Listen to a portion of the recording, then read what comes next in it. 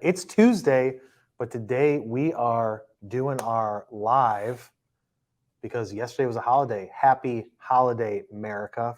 I had to switch up the flow, show you the way that it go. God is good, but his life is hard. But it gets better when you grind it smart. I'm just really trying to leave a mark. We tired of being who they say we are. That's the baton, we gon' take it far. Always been real, we don't fake it all. Tired of 9 to 5, just make enough to survive.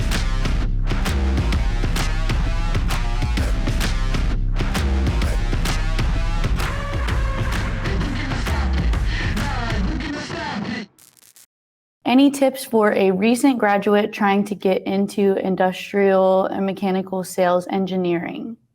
And so if you are a recent grad and you have some sort of engineering degree, you really have two paths to get into sales and technical sales. Number one is take that engineering degree and go into any sort of sales support role, whether that's a project engineer, a sales associate, a support engineer, somebody that's supporting the sales team. So you got, if you're in industrial and manufacturing, you've got the sales team that's out there, sales engineers, business dev managers, biz dev specialists, whatever their title is.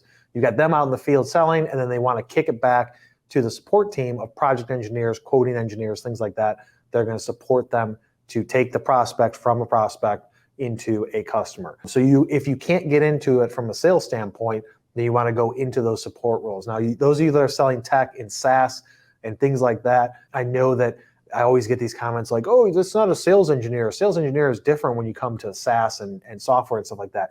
It's all pretty much the same. Whether your title is different, it doesn't matter. The person selling, I'm sure they have support teams on the software side, product engineer, sales support engineer, something like that. Take your technical knowledge and turn it into a support position to support the sales team. That's one, going to give you experience with a company in the industry that you want to work in. Number two, that's going to give you experience in their sales process and understanding the product and the service that you're trying to sell. And then when opportunity comes up, you want to slide into a sales position. It's a lot easier for an employer to be like, I'm going to take Joe, who's a product engineer or a project engineer, and I'm going to slide him into a sales position. That's a very common path, especially in industrial manufacturing. Being a project engineer or project manager that has a technical mindset and has technical experience to support the salesperson, for them to then go into a sales role, it's like the first place that if I'm a manager, I'm a VP of sales and marketing, I'm going to look at that support team and say, which one of you wants to go into sales? Because it's going to be a shorter path to get you up to speed and start selling if you know how to sell. Now, what I would say is that if you're going directly after a sales role, the salesperson is going to ask you hard questions. Going to be like, hey, man, you don't have any sales experience. What makes you think that you can compete with the guys that do have sales experience? This is when you could say, hey, look, I know I don't have a lot of sales experience, but I follow this dude, Kyle Milan, and he's got this company called Technical Sales University, TSU, and I took his course and I learned all this information. Here's my notebook of information on how to prospect, how to pitch, how to sell, how to build lists, how to use social to influence. And I got all this from Technical Sales University, and I've already started to build up my connections on LinkedIn with people that I could potentially help and improve and offer them services or products that will help solve their problems for them within demographics that I feel like you guys would want to go after, or you currently do go after. I started already building up my profile, man. That's how I would answer the question if you have no sales experience. Or you could say, I did an internship. Go into an internship for a manufacturing company and try and just do a sales support role. I'm trying to generate leads with large companies. When I call, I'm transferred to someone that barely has enough time to even give me the company email. What can I do to make these people understand that I'm worth their time? You've got a gatekeeper, right? Somebody that answers the phone. A lot of times this stuff's automated at big companies. So if you are talking to somebody, the first thing I would do is understand, like you already know they barely have any time. Like they're just flipping through the phone, answering it. They barely have any time. Relate with them on that. Get down to the personal level. You're not looking to try and just pull information from them. You're trying to have some sort of initial conversation where you can be personable and you can relate to them. Like, look, I know you get a million of these phone calls of people being like, hey, can I get the email address for this person? Look, I'm trying to make this conversation as short and sweet and to the point as possible. Can you tell me who's in charge of this? You know, make them laugh. Tell them a joke. Be like, how many times have you answered this question last week? Like, get them to open up a little bit, to spend 30 seconds with you because time is money to them and they've got to run through all of those phone calls that come in. So understand that and just be like, try and tell a joke, try and get to relate to them. Like, can you tell me who's in charge of this? If they don't know the answer, try and rephrase the question. Like, if I was to say I want to handle all the cleaning services at your facility, is that handled by somebody in operations? Yeah, I think the cleaning services, that'd probably be Joe, who's our operations manager. Okay, great. Can you give me Joe's last name? And then just leave it at that. Don't try and ask for 5 things in the initial conversation. His name is Joe Smith, and he's in operations. Now that you have that information, you can go and do some research on your own. Now, if your company pays for an elite service like zoominfo.com, then you can just go and search it, get his phone number and his email. If you don't have that, you go to LinkedIn. Once you have a name, all you need to do is go to LinkedIn. Go to LinkedIn, look up who that person is, look at their title, and then send a connection request to them. You're not trying to sell them, you're just trying to send a connection request.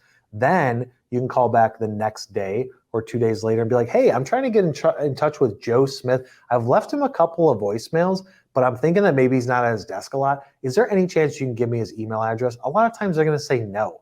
And you can Google search and try and find it, or try and find somebody else that works at that company and be like, oh, so how are they doing emails at that company? Is it first name dot last name at their domain? Is it first initial last name at the domain?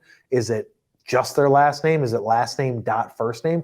Once you figure that out, it's typically a good process to say, I'm going to assume that it's the same for other people. That's usually how the company IT departments do it. Sometimes they'll do something like, well, that person has a hyphenated name or a split name, or they're like a Mick something or a Van something. Sometimes they'll do those a little bit differently. Or if they have 2 people with the same name, Joe Smith, maybe one of them's Joe M. Smith because they're using middle initial. Like, there's a lot of different ways to do it. But first and foremost, just try and get one piece of information from that person every single time that you call. But you can't be like, all right, hey, it's me, I'm back. It's Kyle again. Hey, Susie, I'm sure your day's busy. Last week I asked you for the name. This week I'm going to ask you for his extension or for his email address. Don't play it off like that. Get the name, ask if you could be connected to their extension, to leave them a voicemail. Leave them the voicemail. Try and find them on LinkedIn. Send them a connection request. Hey, Joe, just left you a voicemail. Wanted to connect with you on here because I think we could provide some valuable content.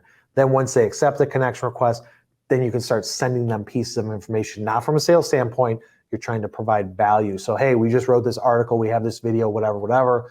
I'm going to shoot it over to you. I think you might get some value out of it. Delay the direct sale until after you provided some piece of valuable information to them.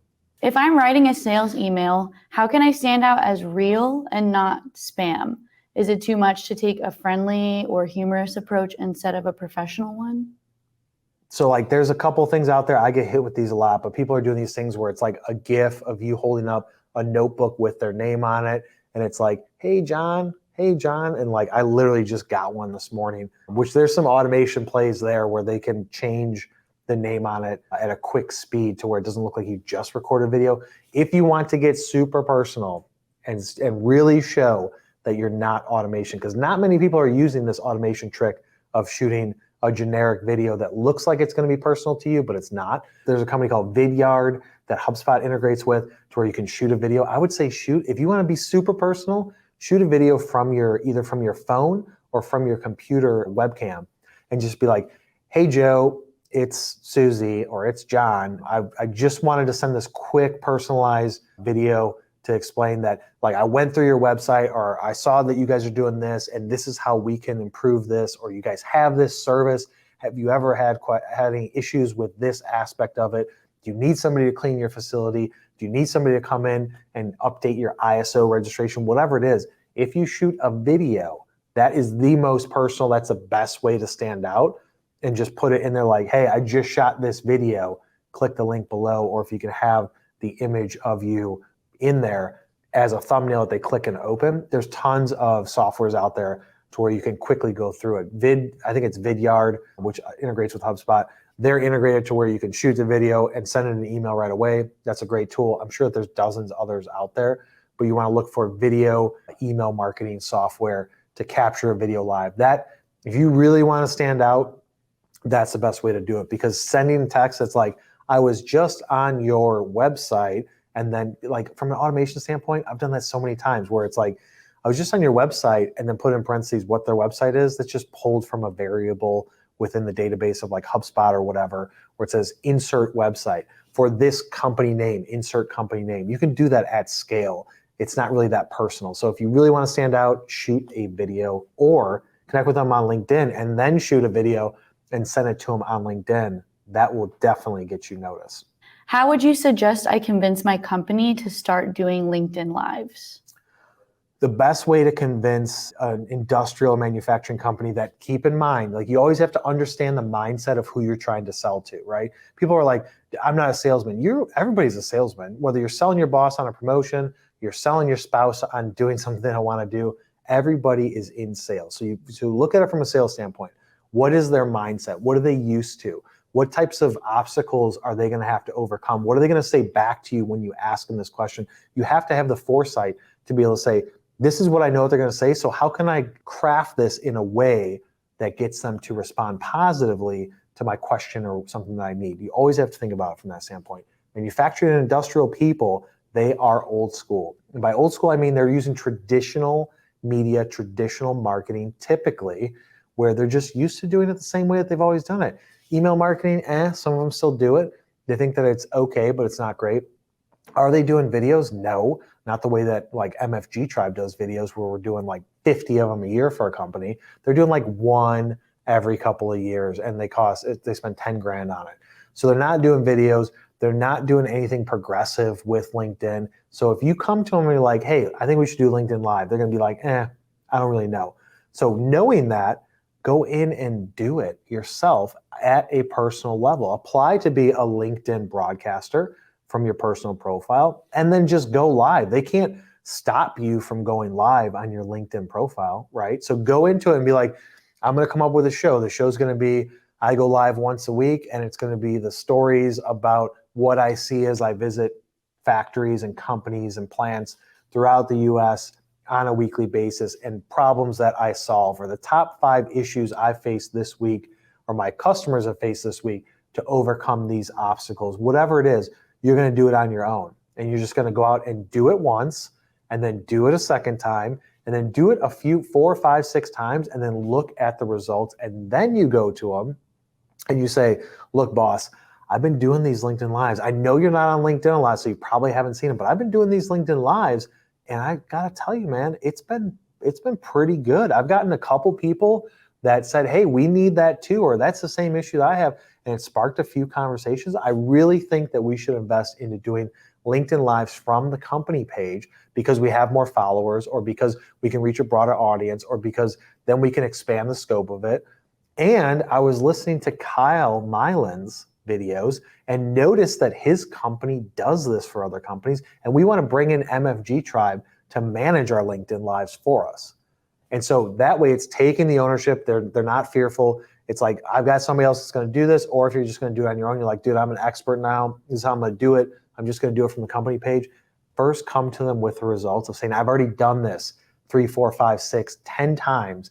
This is what came from it. Now, if you do it 3, 4, 5, 6, 10 times and nothing comes from it, nobody watches it, nobody goes through, nobody asks you questions, no brand awareness campaigns have increased, nobody's come into your pipeline, then you want to make sure that, don't go to them and say, I tried it, it failed. Like, I know it's going to work for you. Then you just adjust your strategy. You need to send invites out. You need to build your network more. Get connection requests out to people that you can potentially help, and then send out those invites. Once you get some results, then you go to them and say, I want to do this with the support of the company and do it from the company page. And this is what I'm expecting. Can you just let me try it for, I don't know, let me try it once a week for 2 months. If nothing comes from it, I won't ask you again, but I've got this strategy that I've learned from Kyle that I think can work, and I want to try implementing it. So that is the answer. But first, do it yourself and prove the results and give them something to think about, because they're just going to poo-poo on and be like, LinkedIn Live, that's for influencers. That's not going to work. That's typically what they're going to say. So that's what I would do. And from a topic standpoint, on the call I had today with this company out of Germany, it was like, what are we going to talk about? I don't know if I've got personalities that are as cool as you, Kyle, to be able to talk on camera. I'm like, look, you've got product development engineers, you've got marketing managers, you've got VPs of engineering, they give presentations to potential customers, right? Yes, they do. They do them through video, right? Where they're going through a pitch deck. Yes, they do. That is exactly what you can do on a LinkedIn Live. Take the person that's used to talking to people through a video camera. The only difference is that they're not going to get that instant feedback, right? Because there's delays and because people won't always attend and because there's going to be comments. You don't want to be reading through the comments. So they're not going to have a person that's like, hey, Joe, I've got a question about that slide. Like, it's not going to come in that live format. But if you've already got people that are used to doing that, they could do that on a live. So just be like, hey, I just need 2 people that can give a 15-minute pitch. This week, we're going to talk about this service or this product. I'm going to use the product development engineer. I'm going to use the VP of engineering, whatever it is. You're going to give the presentation. Somebody else is going to manage the actual live. You don't have to answer all the questions, but if you once you get comfortable, you can that come through. And then next week, I'm going to take this person, this design engineer, this operations manager, and they're going to talk about this service or this product that we offer. That's all it is you're trying to provide relevant information. It's basically like doing a webinar for public people to see. I mean, that's basically what it is. Once I explain it to them, they're like, oh my God, that's a great idea. We're not doing that, and neither are competitors. Boom. There we go. That's a potential customer that we will probably close in the next few weeks. Guys, we come live twice a week, Mondays and Wednesdays. Be sure to tune into our live tomorrow where we'll be talking about something related to sales and marketing once I figure it out after the show. As always, go to the YouTube channel, subscribe to it, turn on notifications, and we will see you on the next one.